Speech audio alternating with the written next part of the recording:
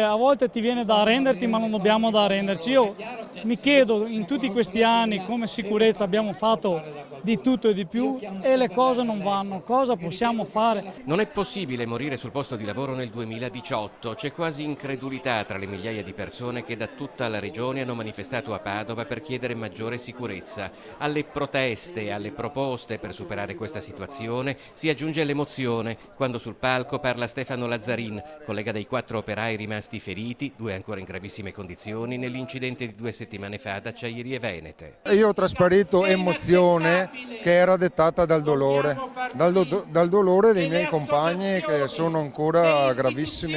Come dicevo, a distanza di 15 giorni sono ancora in pericolo di vita. Nella piazza gremita di persone si incrociano le storie di uomini e donne che arrivano da tutto il Veneto. Siamo arrivati a un punto dove il lavoro viene messo davanti all'importanza della vita. La maggior parte dei lavoratori precari che fanno appunto giornate, settimane, non hanno la formazione, quindi pur di mantenere un'occasione per poter continuare a lavorare non alzano la testa e accettano qualsiasi tipo di condizioni. Ci daranno da lavorare parecchio nei prossimi anni per portare il livello di sicurezza almeno a un livello decente.